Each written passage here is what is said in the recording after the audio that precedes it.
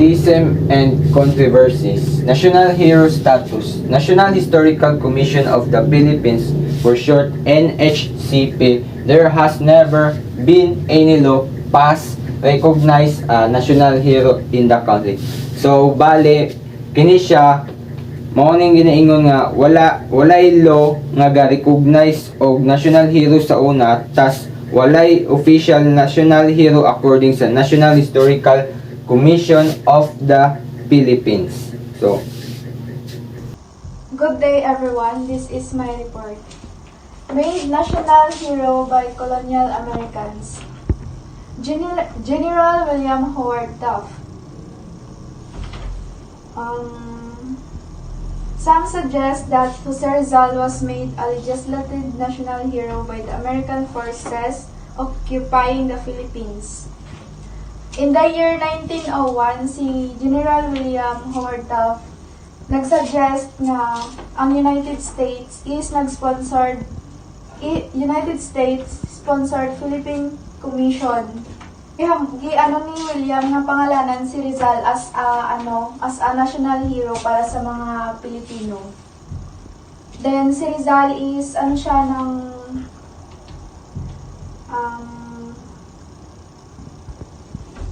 pabor siya sa mga Amerikano.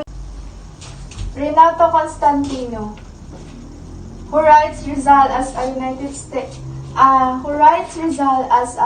United States sponsored hero who was promoted as the greatest Filipino during the American colonial period of the Philippines. Si Renato is gi-promote siya dili nga siya is a greatest Filipino during sa time nga American colonial. Andres Bonifacio, who was viewed too radical. Apolinario Mabini, balaan na nila, who was... Thank you. Made national hero by colonial Americans.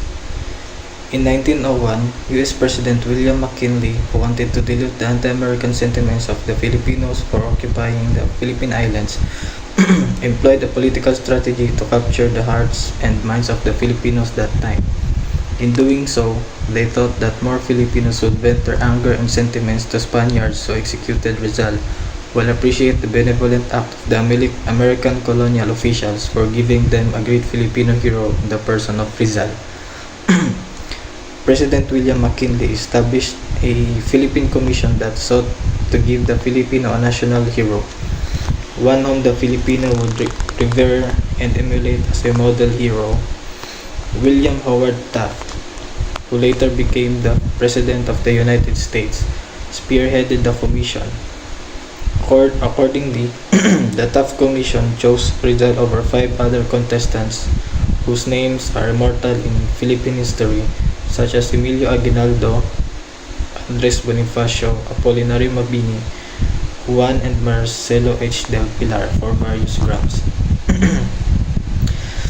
The selection went down to 2 between Marcelo H. del Pilar and Jose Rizal after the commission had come up a decision to discard other contestants. On what grounds? Emilio Aguinaldo was too militant, Andres Bonifacio was too radical, and Apolinario Mabini was too unregenerate. At first, after deliberation, the commission picked Marcelo H. del Pilar, but for a certain reason, they changed their decision and instead chose Rizal to be the national hero of the Filipinos. Now, for what reason the Americans chose Rizal? The choice was not made without a compelling reason on the part of the American administration in the Philippines. They saw Rizal best fit to the quality they wanted to promote, mainly a pacifist. And yes, Rizal was a pacifist who desired evolution instead of revolution. In fact, as history revealed, he vehemently repudiated Andres Bonifacio's bloody revolution.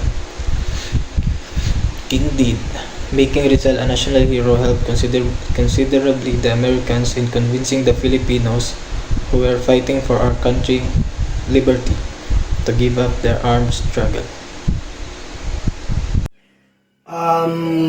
Hi ma'am, so I'm the reporter for this topic.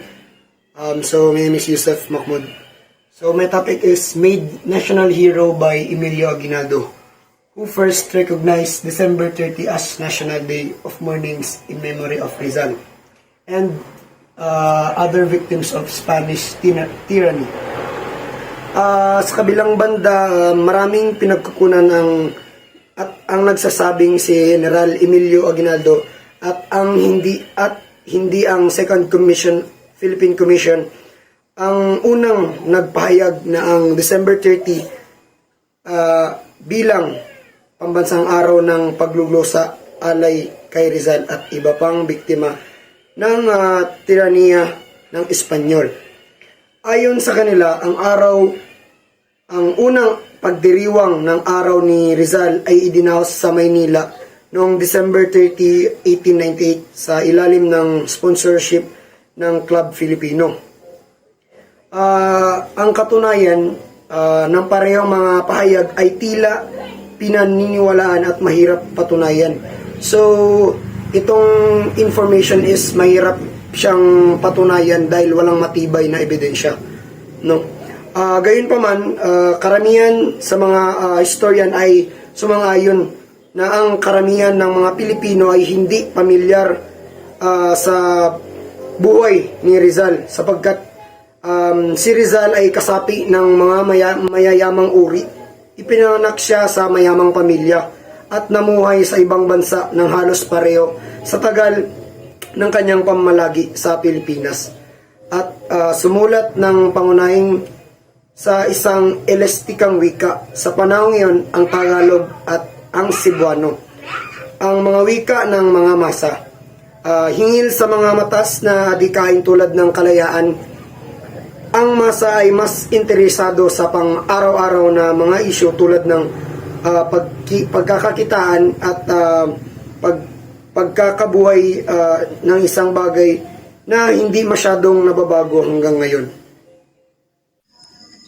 Rizal role in the Philippine Revolution. Rizal was a key member of the Filipino propaganda movement, which advocated political reforms for the colony under Spain. Si Rizal ay tutol sa armadong paghihibaka para sa kalayaan ng ating bansa.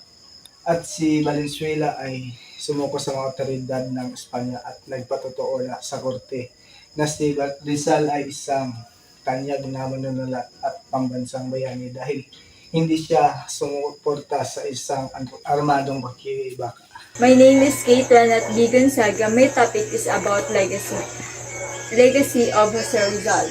Rizal was a contemporary of Gandhi, Tagore, and Sun Yat-sen, who also advocated liberty through peaceful means rather than by violent revolution. Pluma at papel ang kanyang sandata para paglaban sa mga Kastila. Ito ay ginagamit niya sa pagsulat ng kanyang mga nobela tulad ng No Limitang Hore, El Filibusterismo, Poems, Letter, and Essay. Rizal was the founder of La Liga Filipina. La Liga Filipina, isang grupo na binuo niya si Rizal upang maputol ang pananakop at pang-aapi ng mga Kastila sa mga Pilipino. Austin Coates and Benedict Anderson believed that Rizal's patriotism and status as one of Asia's first intellectual. Dahil kay Rizal, mayroong mga writers and researchers ang na-inspired sa kanya. Tulad ni Jean-Paul Verstraeten, a Belgian has written several books about Jose Rizal, like Rizal in Belgium and France, Growing Up Like Rizal, Reminiscence and Troubles of Jose Rizal, Pearl of Unselfishness, and Lucien Spichel, isang leading researchers on Rizal, who has been awarded title line First Filipino and Greatest Man of the Brown Race. He is venerated by the Order of the Knights of Rizal and the Rizalista religious movements. And I thank you.